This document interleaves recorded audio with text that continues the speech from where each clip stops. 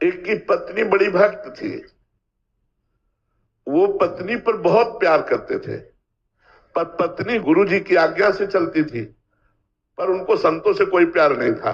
वो पत्नी से प्यार करते थे। तो एक दिन पत्नी ने बहुत प्रेम से उनसे कहा कि हमारी एक बात मानोगे, आप हमारे गुरुजी से दीक्षा ले लीजिए, क्योंकि हम दीक्षित हैं और आप दीक्षा नहीं लिए तो हमारा आपका प्रेम अधूरा। उन्होंने कहा ठीक है, बुलाओ गुरुजी को। गुरुजी को बुलाया और दीक्षा लेने के लिए गंगा स्नान करने के लिए चले तो गांव के 2-4 लोग मिले। बोले आज ये धोती टांग के कहां जा रहे हो? बोले यार पत्नी कह रही दीक्षा ले लो, गुरुजी आ गए तो गंगा से। अरे, और वो धोती लेके वापस आ गए, बोले नहीं लेना मुझे दीक्षा। कालांतर में दोनों का शरीर छूटा।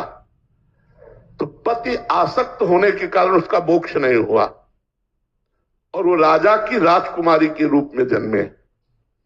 ये पूर्व में गीता जी के महत्व में महिमा आती थी, उसमें दृष्टांत आता था, उसका है। और वो पत्नी के प्यार के कारण जहां वो राजकुमारी जन्मी, वही हथिनी से वो पुत्र के रूप में प्रकट हुआ, हाथी का शावक।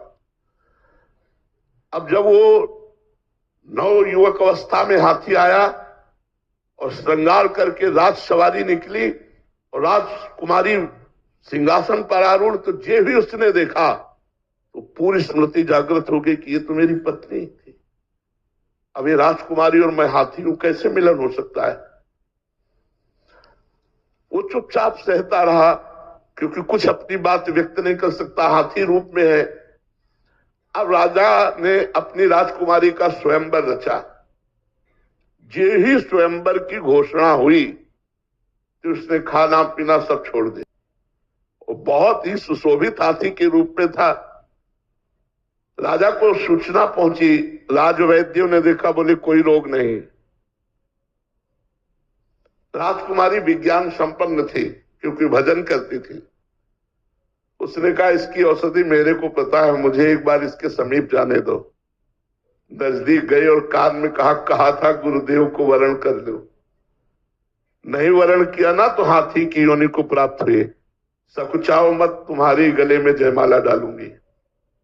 सकुचाओ मत, स्वयंवर में तुम शोभा के लिए खड़े किए जाओगे और मैं तुम्हारे ही गले में माला डालूंगी और इस जन्म में इतना भजन करूंगी कि आगे जन्म में हम फिर दोनों मिलेंगे। उसने ऐसा ही किया। भजन के प्रभाव से अपने पति को हाथी की योनि से मुक्त कर